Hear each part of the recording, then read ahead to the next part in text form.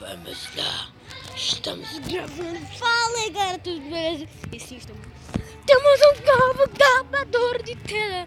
Temos um novo gravador de tela.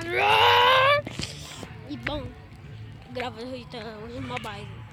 Mas eu não vou dizer como instalei ele. Sim, é pelo Epitoid. Sim. É tudo pela vida, meu filho. Tudo pela vida.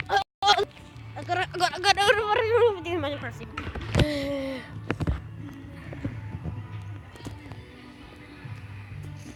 Esse aqui, ó. Vamos dar um dele pra concluído. E se a gente sobrevivência é o que eu mais. Porque finalmente, galera,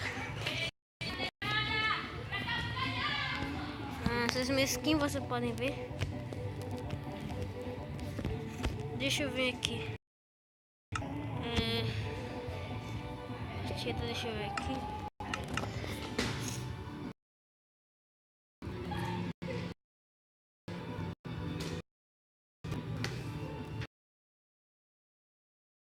Como é mesmo?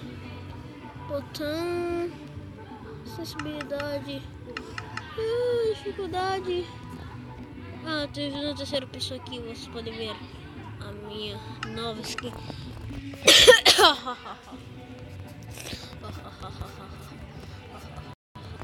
Bom, eu deixei aqui no baú, né? Eu mostrar pra vocês, mas acabei de tirar. Vamos lá. Deixa eu tirar aqui. Opções. Epa.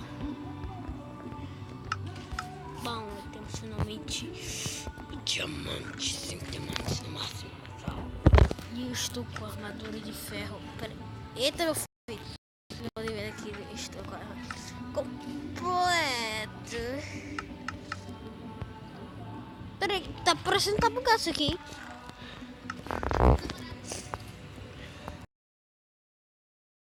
Tá aqui, ok, para invocar a armadura completa. Mas hoje eu não vou usar completa porque estragar muito ela. Porque hoje é o dia de mostrar que eu tenho um gravador de tela. Gravador de tela. E é isso. Espero que tenham gostado. Sério, espero que tenham gostado de verdade. Gostado dessa minha introdução.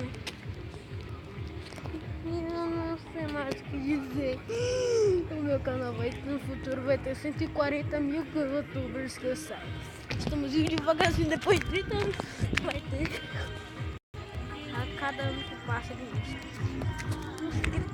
30 vezes 5, 30, mais 30, mais 30. Essa dá 120. E 20 mais dá 30, 40, 50. 50. 105. Youtubers no canal. E eu sei que isso vai ser uma coisa. Ok. Espero que tenham gostado do vídeo.